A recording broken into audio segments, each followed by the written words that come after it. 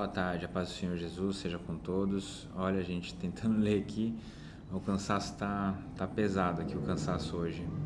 Então vamos lá para o texto propriamente dito. Estamos em Marcos, né? Capítulo 14.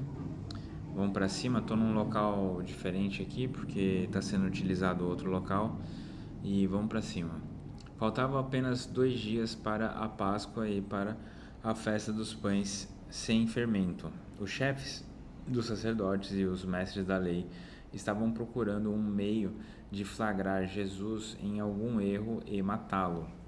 Mas diziam não durante a festa para que não haja tumulto entre o povo. Estando Jesus em Betânia, reclinado à mesa na casa de um homem conhecido como Simão o leproso, aproximou-se dele certa mulher com um frasco de alabastro contendo um perfume muito caro, feito de nardo puro. Ela quebrou o frasco e derramou o perfume sobre a cabeça de Jesus. Alguns dos presentes começaram a dizer uns aos outros, indignados: por que este desperdício de perfume? Ele poderia ser vendido por 300 denários e o dinheiro dado aos pobres. E repreendiam severamente: deixem-na em paz, disse Jesus, porque a estão perturbando. Ela praticou uma boa ação para comigo, pois os pobres vocês sempre terão consigo e poderão ajudá-los sempre que o desejarem, mas a mim vocês nem sempre terão. Ela fez o que pôde, derramou o perfume em meu corpo antecipadamente, preparando-o para o sepultamento. Eu lhes asseguro que onde quer que o Evangelho for anunciado em todo o mundo, também o que ela fez será contado em sua memória. Então Judas Iscariotes, um dos 12, dirigiu-se aos chefes dos sacerdotes a fim de lhes entregar Jesus. A proposta muito os alegrou. Eles prometeram dinheiro, assim ele procurava uma oportunidade para entregá-lo.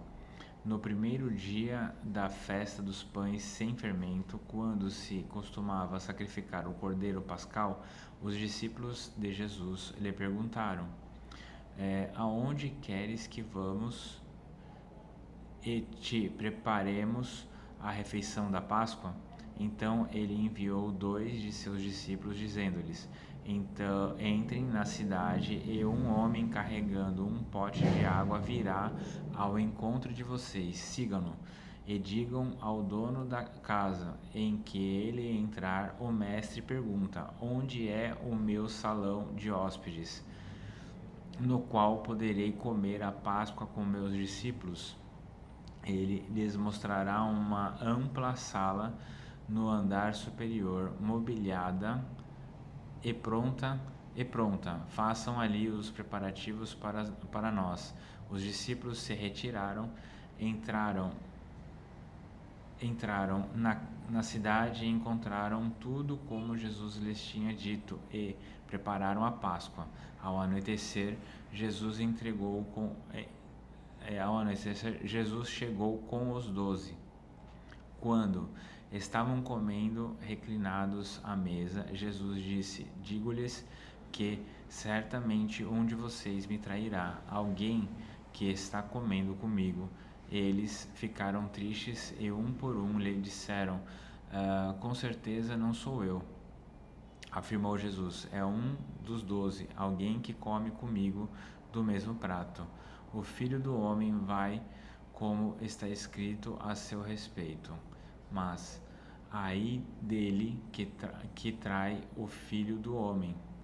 Melhor que seria não haver nascido.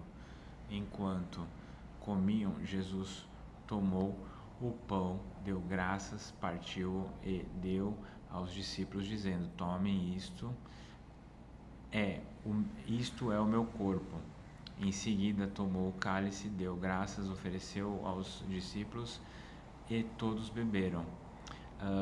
E lhes disse: isto é o meu sangue da aliança que é derramado em favor de muitos.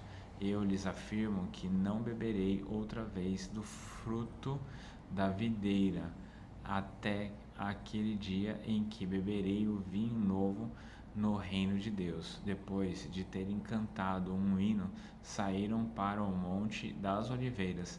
Disse-lhe Jesus: Vocês todos me abandonaram, pois está escrito: ferirei o pastor e as ovelhas serão dispersas. Mas depois de ressuscitar, irei adiante de vocês para a Galiléia. Pedro declarou: Ainda que todos te abandonarem, eu não te abandonarei. Respondeu Jesus: Asseguro-lhe que ainda hoje, esta noite, antes que 2 vezes cante o galo 3 vezes, você me negará. Mas Pedro insistia ainda mais: Mesmo que seja preciso que eu morra contigo, nunca te negarei. E todos os outros disseram o mesmo. Então foram para um lugar chamado Getsemane. E Jesus disse aos seus discípulos: Sentem-se aqui enquanto vou orar. Levou consigo Pedro, Tiago e João e começou a ficar aflito e angustiado. E lhes disse: A minha alma está profundamente triste, numa tristeza mortal. Fiquem aqui e vigiem. Indo um pouco mais adiante, prostrou-se e orava para que, se possível, fosse afastada dele aquela hora. E dizia: Abba, Pai, tudo te é possível, afasta de mim este cálice, contudo, não seja o que eu quero, mas sim o que tu queres. Então voltou aos seus discípulos e os encontrou dormindo. Simão, disse ele a Pedro: Você está dormindo? Não pode vigiar nem por uma hora? Vigiem e orem para que não caiam em tentação. O espírito está pronto, mas a carne é fraca. Mas uma vez ele se afastou e orou, repetindo as mesmas palavras. Quando voltou de novo, os encontrou dormindo, porque seus olhos estavam pesados, eles não sabiam o que lhe dizer. Voltando pela terceira vez, ele lhes disse: Vocês ainda dormem e descansam? Basta, chegou a hora. Eis que o Filho do Homem está sendo entregue às mãos dos pecadores. Levantem-se e vamos aí. Vem aquele que me trai. Enquanto ainda ele falava, apareceu Judas, um dos 12. Com ele estava uma multidão armada de espadas e varas, enviada pelos chefes dos sacerdotes, mestres da lei e líderes religiosos. O traidor havia combinado um sinal com eles: aquele a quem eu saudar com um beijo, é ele, prendam-no e levem-no em segurança. Dirigindo-se imediatamente a Jesus, Judas disse: Mestre, e o beijou. Os homens agarram Jesus e o prendem. Então um dos que estavam por perto puxou a espada e feriu o servo do sumo sacerdote, decepando-lhe a orelha. Disse-lhe Jesus: Estou eu chefiando alguma rebelião para que vocês venham me prender com espadas e varas? Todos os dias eu estava com vocês ensinando no templo e vocês não me prenderam. Mas as escrituras precisam ser cumpridas. Então todos o abandonaram e fugiram. Um jovem vestindo apenas um lençol de linho estava seguindo a Jesus. Quando tentaram prendê-lo, ele fugiu nu, deixando o lençol para trás. Levaram Jesus ao sumo sacerdote e então se reuniram todos os chefes dos sacerdotes, os líderes religiosos e os mestres da lei. Pedro o seguiu de longe até o pátio do sumo sacerdote. Sentando-se ali com os guardas, esquentava-se junto ao fogo. Os chefes dos sacerdotes e todo o sinédrio estavam procurando depoimentos contra Jesus para que pudessem condená-lo à morte, mas não encontravam nenhum. Muitos testemunharam falsamente contra ele, mas as declarações deles não eram coerentes. Então se levantaram alguns e declararam falsamente contra ele: Nós o ouvimos dizer: Destruirei este templo feito por mãos humanas, e em 3 dias construirei outro não feito por mãos de homens. Mas nem mesmo assim o depoimento deles era coerente. Depois o sumo sacerdote levantou-se diante deles e perguntou a Jesus: Você não vai responder à acusação que lhe fazem? Mas Jesus permaneceu em silêncio e nada respondeu.